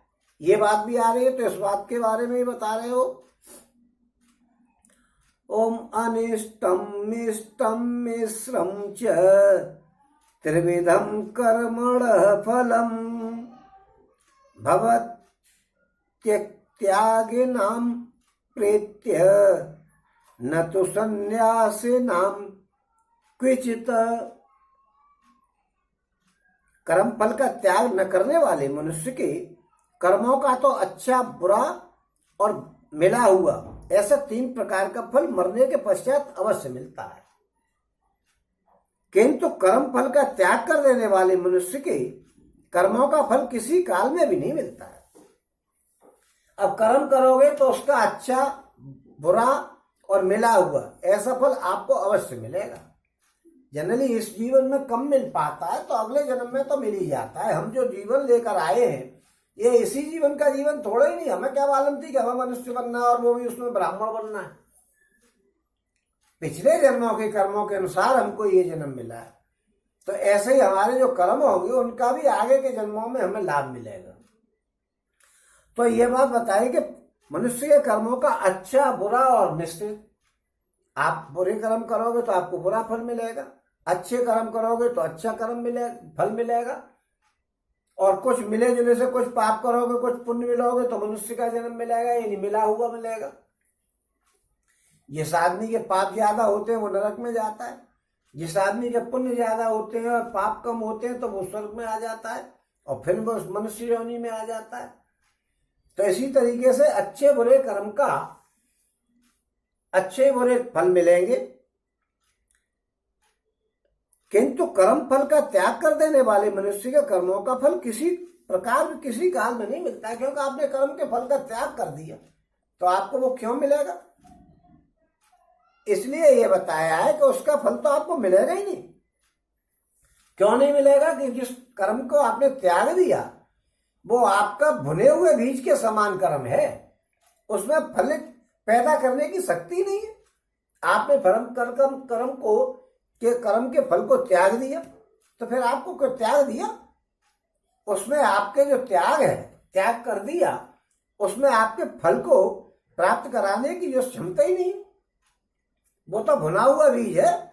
जैसे आप चने को बो रहे हो, कच्चे को बोओगे तो उसमें फल पैदा होगा, और आप भुनवा करके बोओगे तो उसमें कुछ पैदा ही नहीं होगा। तो वो आपका कर्म का त्याग जो है वो भुना हुआ चना है, उसमें पेड़ नहीं लगेगा। इसलिए वो अच्छा बताया गया।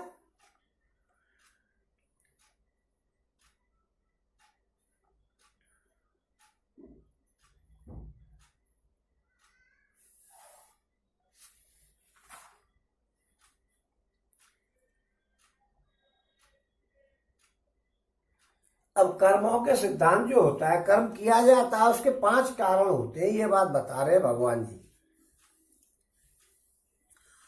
ओम पंचेतानि महाबाहो कारणानि निबोध मे, सांख्ये कृतान्ते प्रोक्तानि सिद्धये सर्वकर्मणाम्।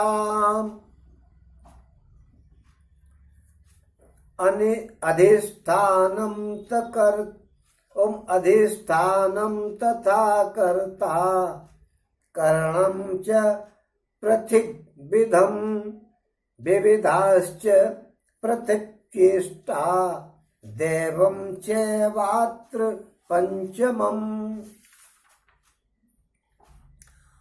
ओम शरीरपान्मनो धीर्यत कर्म प्रारभते नरः, न्यायं वा विपरीतं वा पंचैते तस्य हेतवः।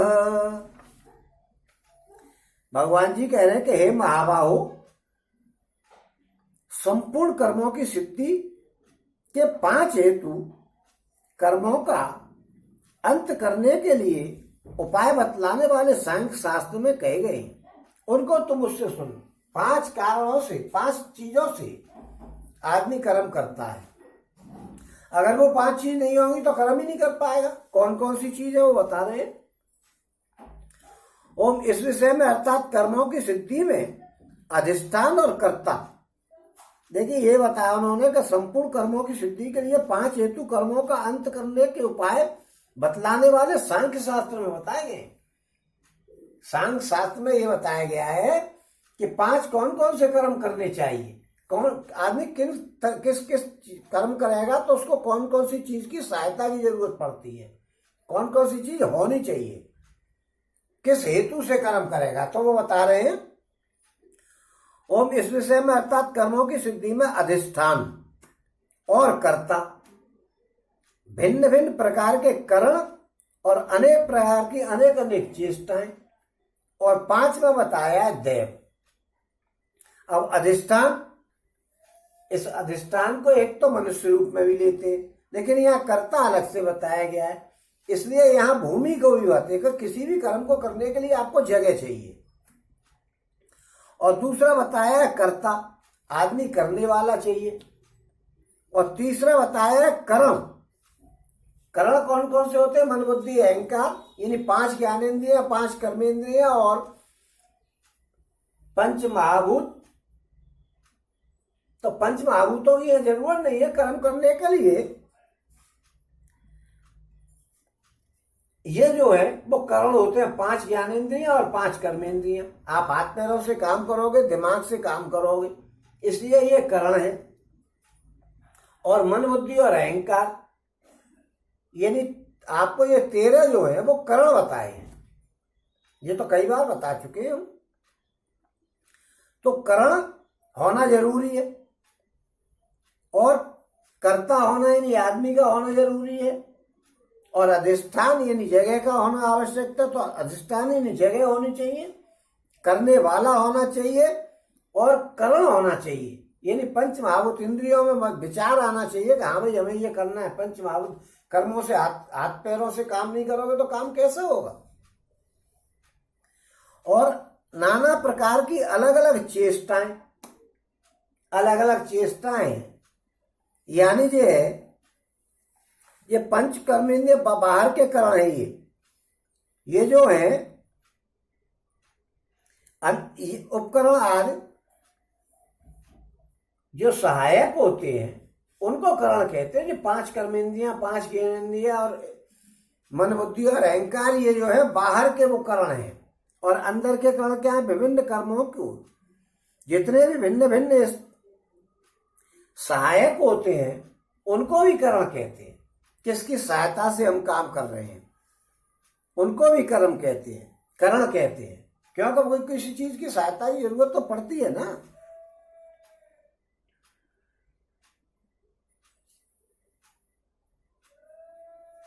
और एक स्थान से दूसरे स्थान पर जाने में, हाथ पैरों आदि के अंगों का संचालन करने में, सांस लेने में, आने जाने में, जितनी आंखें बंद करने की, आंखें खोलने, जितनी भी चेष्टाएं होती है वो सब चेष्टाएं चौथा कारण है। अगर ये नहीं होगी तो आप कर्म कैसे करोगे?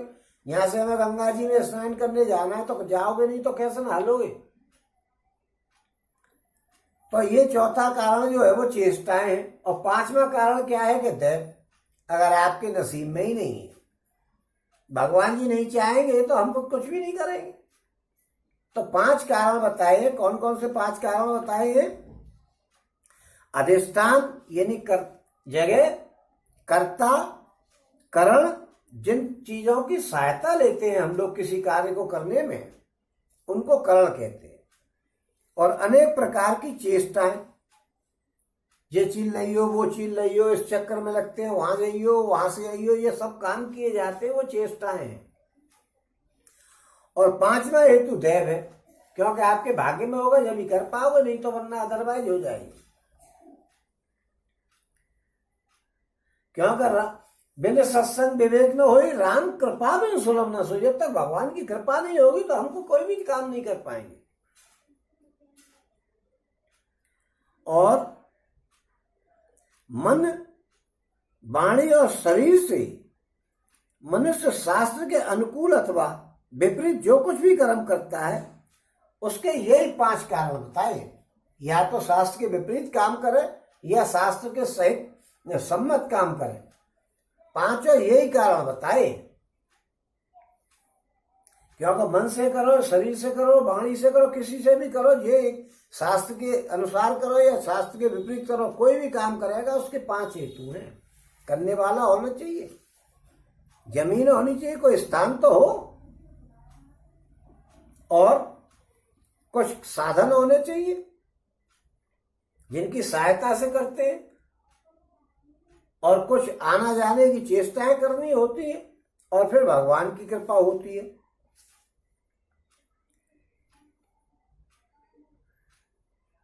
क्योंकि इसमें लिखा गया है कि शास्त्र के अनुकूल अथवा विपरीत।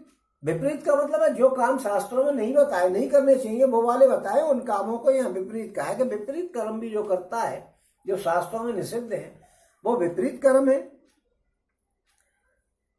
इन 5 के सहयोग के बिना कर्म कर नहीं सकता है आदमी।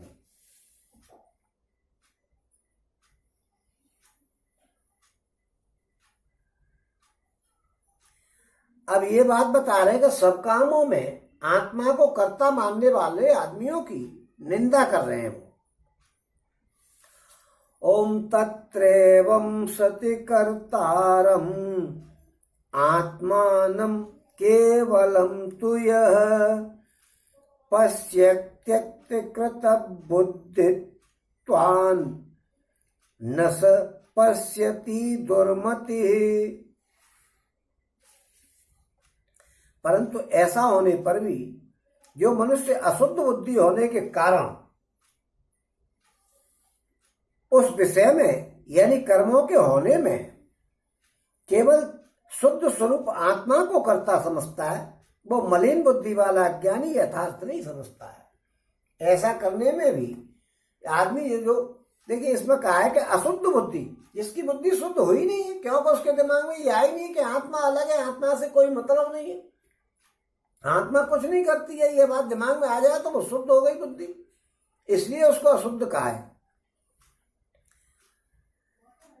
यानी कर्मों के होने में केवल शुद्ध स्वरूप आत्मा को करता अगर कोई समझता है कि ये तो आत्मा कर रही है, तो समझ लो कि वो तो अनजान आदमी है, वो मलिन बुद्धि वाला अज्ञानी यथार्थ को समझा ही नहीं, क्योंकि आत्मा तो कुछ करती नहीं। यथार्थ तो यह है कि आत्मा कुछ नहीं करती है। आत्मा के वो तो सकाश से, जिसमें जैसे थोड़ा सा कर्मों का उसमें वो लेप मिल जाता है, उससे वो आदमी का जीवन बन जाता है। जैसा पानी भरा हुआ है तालाब में, उसमें हवा का जरा सा झलका लग गया तो उसमें बबूला बन गया। तो बबूला जो है वो हमारा जीवन है, मिट जाएगा तो फिर उसी में मिल जाएंगे पानी में। होता तो वो पानी है। भेद समझ रहे हैं, इसलिए ज्ञानी और जो कर्मयोगी है उसका अंतर। ये ज्ञानी तो समझता है कि कोई दुनिया में आत्मा के अलावा है ही नहीं, इसलिए कोई काम ही नहीं हो रहा है। और कर्मयोगी समझता है कि ये हमारे भगवान जी और ये हमें, तो वो कर्मयोगी समझ रहे हैं। वो क्या है कि वो अंत में फिर भी आत्मा में मिलना।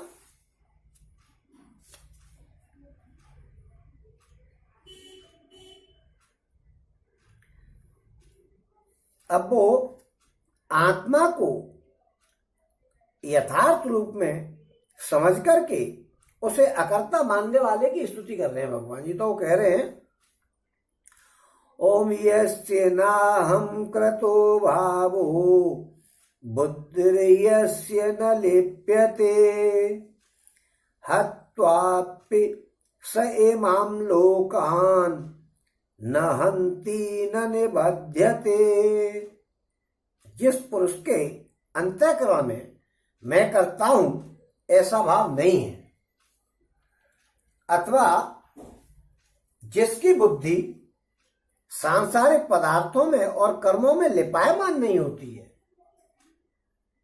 वो पुरुष इन सब लोगों को मार करके भी वास्तव में न तो मरता है न पाप से बनता है। जिसके दिमाग में मैं करता हूं ऐसा भाव है ही नहीं,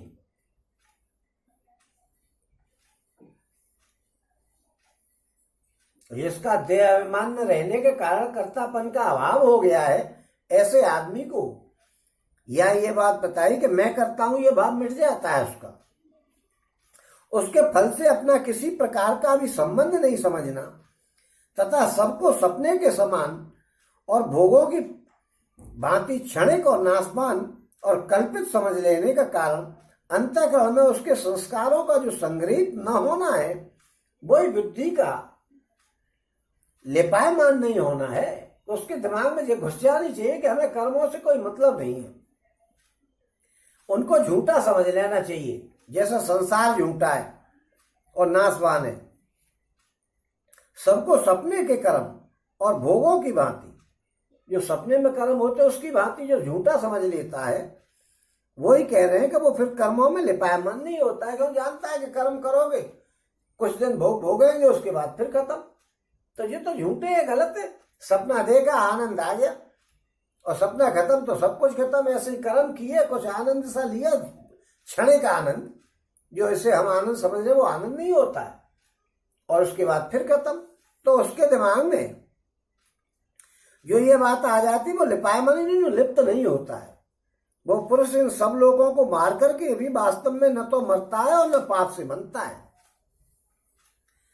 यानी स्वधर्म पालन करते समय यज्ञ दान और तप आदि शुभ कर्म को करके उनका फल नहीं मांगता है वो, तो उसको वो बनता नहीं है। और न फिर वो बनता नहीं है तो वो मरेगा काहे? वो तो आत्मा तो अमर है, वो तो आत्मा में मिल जाए।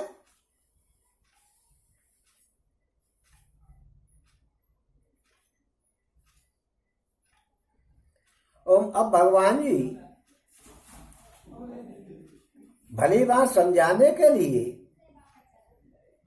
कर्मों के अंग प्रत्यंगों को भली बात समझाने के लिए कर्म प्रेरणा और कर्म संग्रह का प्रतिपादन कर रहे हैं। तो वो कह रहे हैं, ओम ज्ञानम ज्ञेयम परिज्ञाता त्रिविधा कर्म चोदना करणम कर्म कर्तेति त्रिविधः कर्म संग्रह। ज्ञाता, ज्ञान और ज्ञेय, ये तीन प्रकार की कर्म प्रेरणा है। और कर्ता, करण और क्रिया, ये तीन प्रकार का कर्म संग्रह है। किसी भी पदार्थ के स्वरूप का निश्चय करने वाले को ज्ञाता कहते हैं। किसी भी पदार्थ के स्वरूप का निश्चय कर ले कि ये है तो उसको जानकारी है, इसका मतलब वो ज्ञाता है।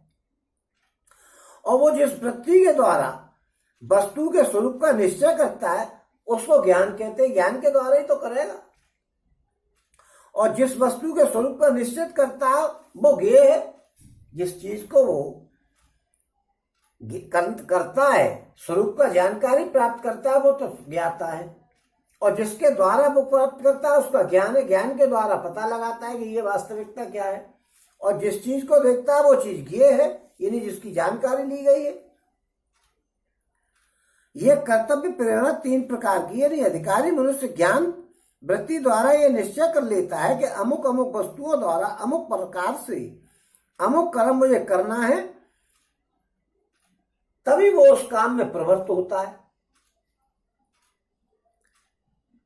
और कर्ता, करण और क्रिया, ये 3 प्रकार का क्रम संग्रह, देखना, सुनना, समझना, स्मरण करना, खाना, पीना आदि समस्त क्रियाओं को करने वाले प्रकृति इन्हें पुरुष को कर्ता कहते हैं। और करण अभी बताया है पंच महाभूत, और मैं पंच महाभूत नहीं, वो 5 कर्मेंद्रियां, 5 ज्ञानेंद्रियां और मन, बुद्धि और अहंकार, ये करण है। और समस्त क्रियाओं का वाचक यहाँ पे कर्म है। जो कर्म किए जाते हैं, अन्य चेष्टाएं जो बताई है, वो जो है वो उनका कर्म होता है। इन तीनों के संयोग से ही कर्म का संग्रह होता है, नहीं तो कर्म होगा नहीं।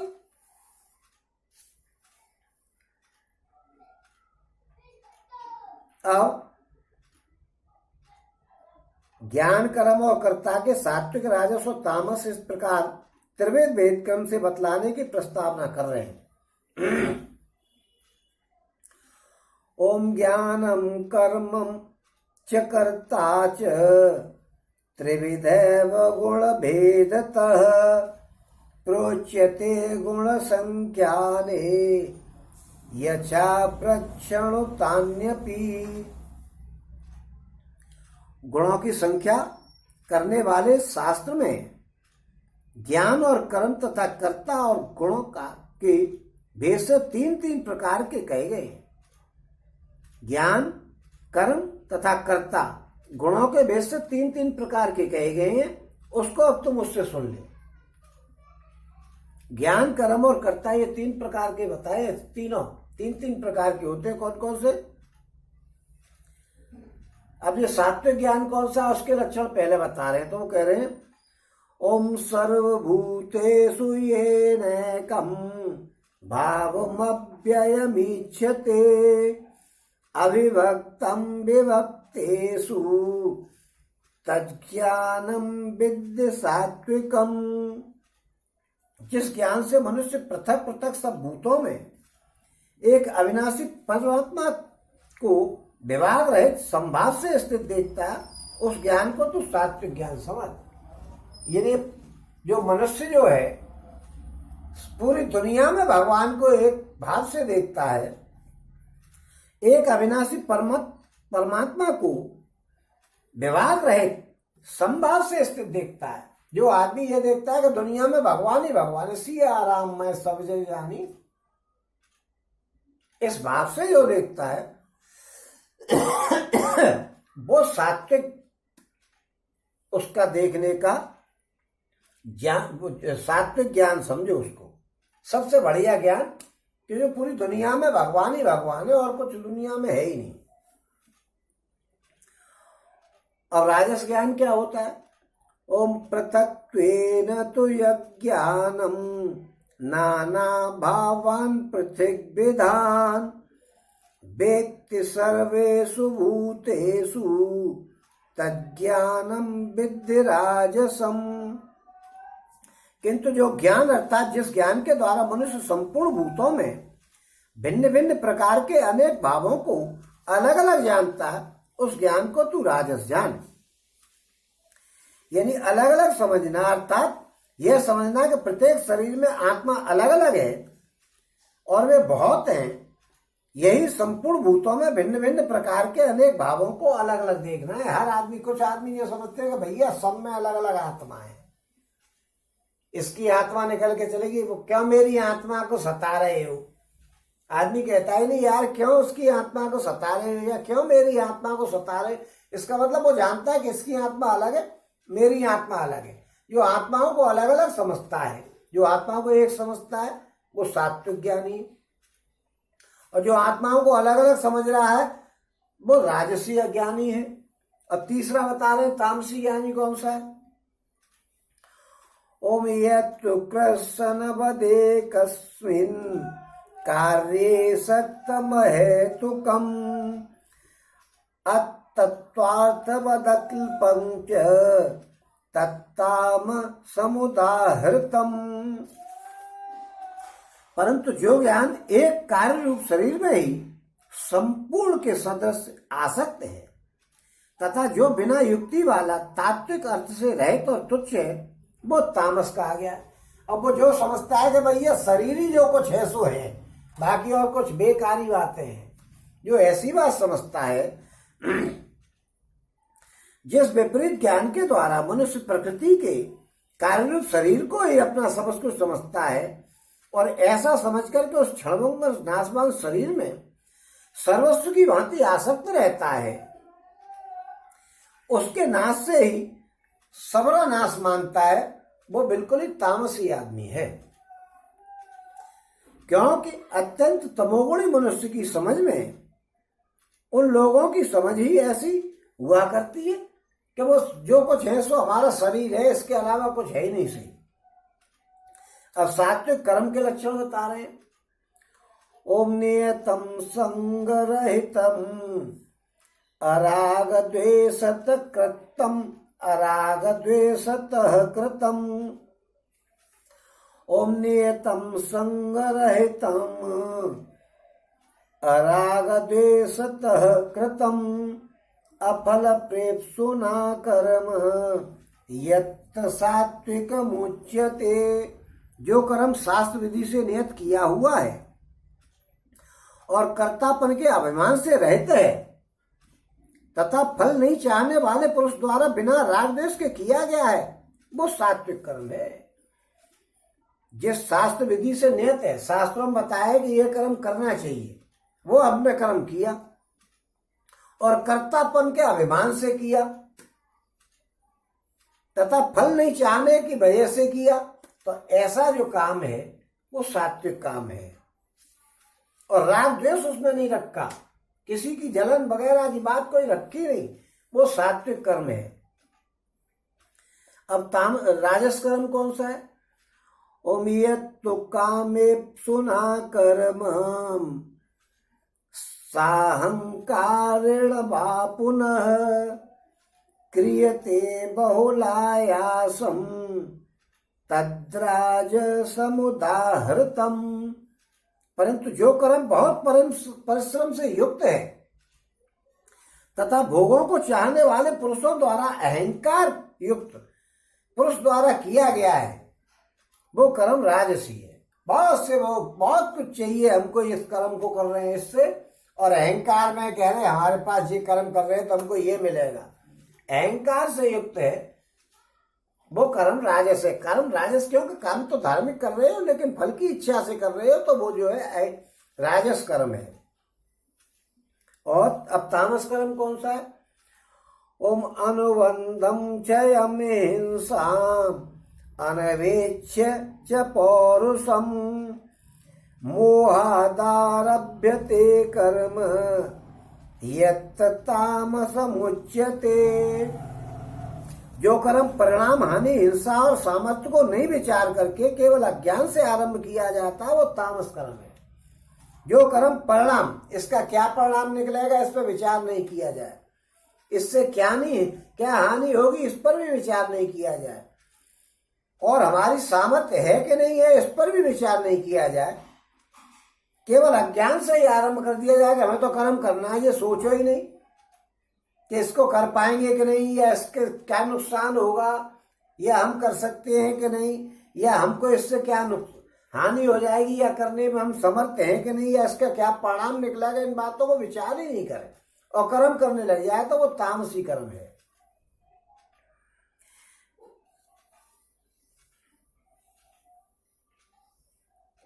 अब आप सात्विक कर्ता के लक्षण बता रहे हैं। ओ मुक्त संगो अनहंवादी धृत्युसाहस मन्वितः सिद्धय सिद्ध्यो निर्विकार कर्ता सात्विको उच्यते। जो कर्ता संग रहित है, ये नहीं कि भीड़ इकट्ठी करके चल रहे हैं। अहंकार के वचन न बोलने वाला है, धैर्य और उत्साह से युक्त है तथा कार्य के सिद्ध होने और न होने में हर्ष और शोक आदि विकारों से रहते हैं, वो सात्विक करता है। जिस मनुष्य का कर्मों में और उसके समस्त भोगों से किंचित मात्र भी संबंध नहीं रहा है, स्त्री पुरुष धन मकान आदि इन चीजों की उसकी कोई तमन्ना नहीं रही है, भोगों में जिसकी किंचित मात्र भी ममता आसक्ति और कामना नहीं रही है, ऐसे मनुष्य को मुक्त संग कहा है। संग से मुक्त, किसी प्रकार का उसको कोई चीज नहीं चाहिए।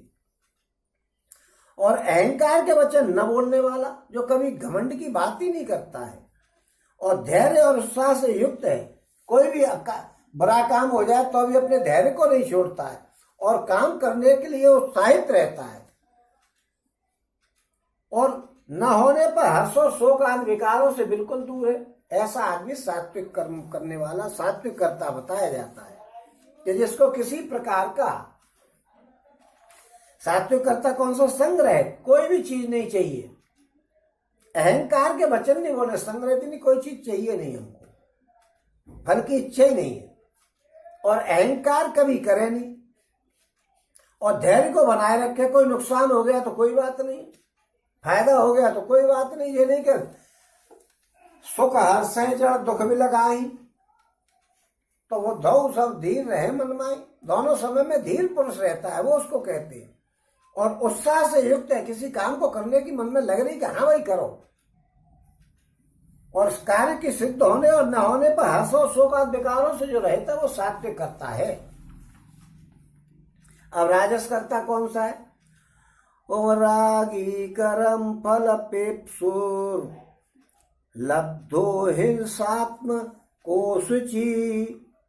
ओ रागी करम फल प्रेप्सु लुब्धो हिंसात्म को शुचि। ओम रागी करम फल प्रेप्सु लुब्धो हिंसात्म को शुचि। हर्ष शोकान्वित कर्ता राजस परिकीर्ततः। जो कर्ता आसक्ति से युक्त कर्मों के फल को चाहने वाला है, जो लोभी है, उसके लोभ लग रही है मन में कि हाँ मुझे इस कर्म का फल जल्दी मिल जाए, तथा दूसरों को कष्ट देने के स्वभाव वाला है, क्या किसी का अनिष्ट हो जाए मुझे लाभ मिल जाए, ऐसे स्वभाव वाला है और अशुद्धाचारी है, उसके आचरण शुद्ध नहीं है, हर्ष शोक में लिप्त है, हर्ष शोक में लिप्त है। नुकसान हो गया तो मर गए और फायदा हो गया तो उछल गए, ऐसा है, वो राजसी आदमी है, क्योंकि काम कर रहा है तो उसको फल चाहिए और जरा सी बात पर दुखी और जरा सी बात पर सुखी हो जाता है, वो जो है राजसी करता है।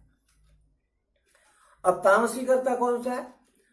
ओम अयुक्त प्राकृत स्तब्ध सठो निष्कृति कोलस विषादी दीर्घ सूत्री च कर्ता तामस उच्यते। ओम जो कर्ता अयुक्त है, शिक्षा से रहित है, घमंडी धूर्त और दूसरों की जीविका का नाश करने वाला है तथा शोक करने वाला है, आलसी है और दीर्घ सूत्री है, ऐसा कर्ता जो है वो तामसी करता जा सकता है, तामसी करता कहा जाता है। जिसके मन और इंद्रियां बस में किए हुए नहीं है, बल्कि जो स्वयं उसके वशीभूत हो गया है, जिसमें श्रद्धा और आस्तिकता का अभाव है, ऐसे आदमी को अयुक्त कहते हैं। और शिक्षा से रहित, जो पढ़ा लिखा नहीं है, घमंडी, जिसको मेरा परिवार जो है, मेरा ये है, वो इस बात का गुमान है, उसको घमंडी कहते हैं। धूर्त, जो बिल्कुल ही नालायक है, सभ्यता के पास होकर के नहीं गुजरा है, और दूसरों की जीविका का नाश करने वाला है, दूसरों की जीविका को जो नाश कर देता है, यानी जो दूसरों का बुरा करने की सोचता है, मन ही मन दूसरों का अनिष्ट करने के लिए दाव पेच लगाता रहता है, उसको भी धूर्त कहते हैं। और जिसका स्वभाव में बिल्कुल विनय का अभाव है वो घमंडी है। और जिसका रात दिन पड़े रहने का स्वभाव बन गया है, जिसके अंतःकरण में इंद्रियों में आलस्य भर गया है, उस आलसी आदमी को यहाँ आलसी बताया गया है कि काम करने की सोचता ही नहीं है। और दीर्घ सूत्री, आज इसको कर लेंगे, कल कर लेंगे, अरे यार आज नहीं तो कल कर लेंगे, कल नहीं तो परसों कर लेंगे। और किसी काम को चालू कर दिया कि हमें भागवत जी पढ़नी है, तो भागवत जी पढ़ने का काम चालू कर दिया। अब एक अध्याय पढ़ लिया, फिर काम से निकल गए, फिर महीनों में वो काम आकर के करे भाई हमें करनी है, आज कर लेंगे, कल कर लेंगे। ऐसा करते करते वो किसी काम को लंबे समय तक करता ही नहीं है, उसको वो दीर्घ सूत्री बताया गया है। इस प्रकार तत्व ज्ञान में सहायक सात्विक भाव को ग्रहण कराने के लिए और उसके विरोधी राजस तामस भावों का त्याग कराने के लिए कर्म प्रेरणा और कर्म संग्रह में से ज्ञान, कर्म और कर्ता के सात्विक आदि तीन तीन भेद क्रम से बता करके अब बुद्धि और धृति के सात्विक, राजस और तामस, इस प्रकार तीन भेद बतलाए जा रहे हैं और ये बताए जाएंगे कल। बोलो श्री कृष्ण भगवान की जय। बोलो श्री कृष्ण भगवान की जय। बोलो श्री कृष्ण भगवान की जय। बोलो श्री कृष्ण भगवान